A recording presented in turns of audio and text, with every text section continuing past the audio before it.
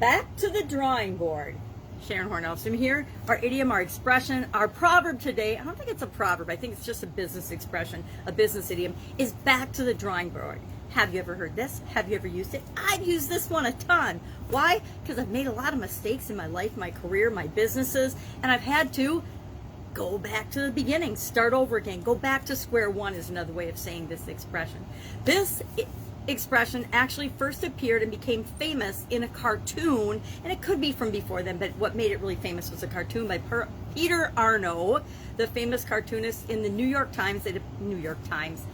Yorker magazine. It appeared in 1941, and it showed an airplane crashing in the background and a man in a business suit walking away, and the headline said, well, back to the drawing board, meaning I got to find another way to get to where I'm going.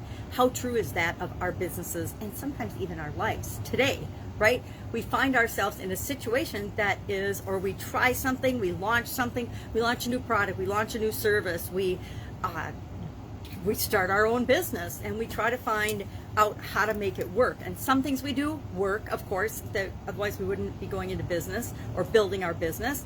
Other things we try it that they're not so successful. I've found that as I've gone from the brick and mortar corporate world of business to the online world of business, I've tried a whole lot of things that the gurus and the experts say you should do, and I found that I've crashed and burned and they haven't worked for me at all. I remember my first webinar, I think I had 3 people on it and nobody stayed till the end. So I'm talking to myself for an hour and 45 minutes and nobody's there. But it was great practice, and so I did it again and again and again and again and again.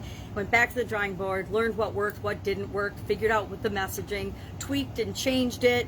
But I had to go all the way back to the beginning of that presentation, the beginning of that webinar, and work through the kinks, the things that weren't flowing, the things that weren't working out right. So often we're afraid to stop.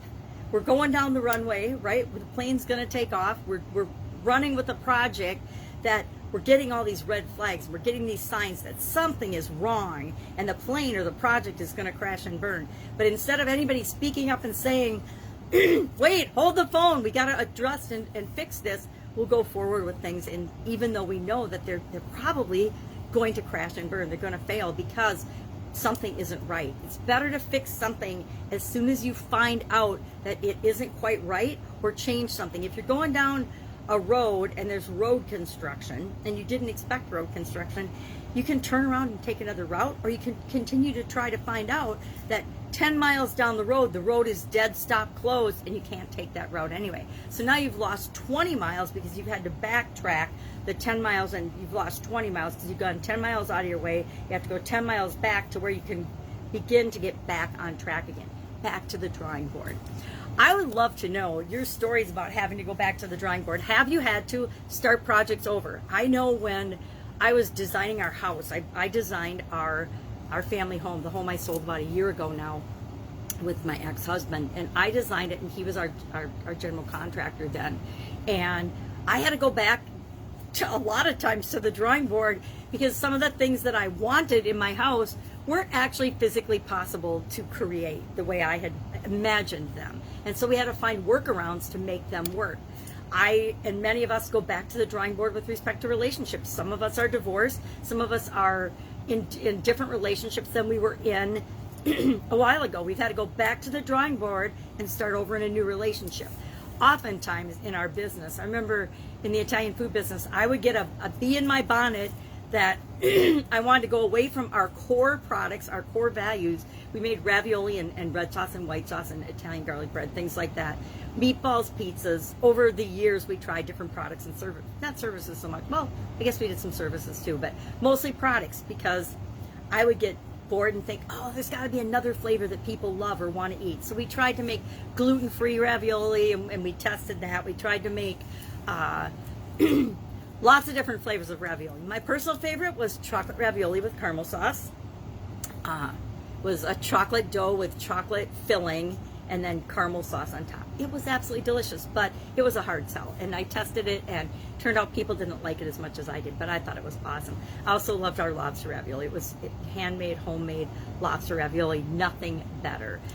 And we sold a bunch of that. We sold a bunch of seafood ravioli, but it never took off like our 2 core flavors of ravioli did. We never sold anywhere near as much of any of the different things I took to the drawing board to try to to expand our product offerings. So I was always going back to the drawing board for that. And I was saying, oh, I'm going back to the drawing board with this because I tried all kinds of weird ravioli, deer ravioli, venison, goose ravioli, duck ravioli. I tried the gamut, all kinds of different mushrooms and squashes, and it was fun for me to play R&D and to do that in my business.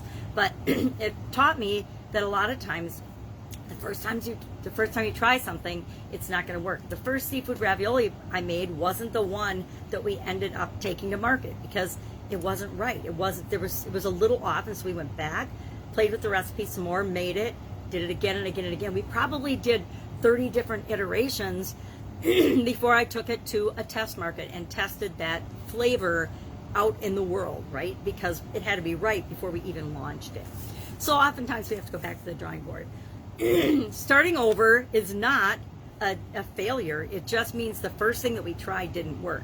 I don't know about you, but there are very few things that I've done the first time in my life and it worked out perfectly. So going back to the drawing board, starting over again, going back to square one. Back to square one comes from when football was actually broadcast on the radio. They had to have a way to describe the action on the field that people that were just listening could understand. So they created a grid system on the football field, which is kind of a grid system anyway, right, with the yard lines. But they called square one was the spot right by the end zone, right by the goalpost. So goalpost, yeah, right, sport. Not much of a sports fan here. So I would love to hear your stories about going back to the drawing board and the lessons that you've learned from doing that. It's great when we share those things. Let's go out, have an absolutely amazing day. I will be with you tomorrow with another interesting idiom, business-related idioms for probably 50 days or so. I'm figuring out something as I'm traveling in the next few weeks. I'm traveling for the better part of May. So I wanted to have an idea of what I was going to talk about ahead of time. All right, that's it. Have an awesome day. If I can help you in any way, ask. Otherwise, go out and, if you have to, go back to the drawing board. Go back to square one and make sure you're doing the things that you want to do to make your life and your business the business of your dreams, the way you want to show up in the world. Have an awesome day, and I'll be with you tomorrow.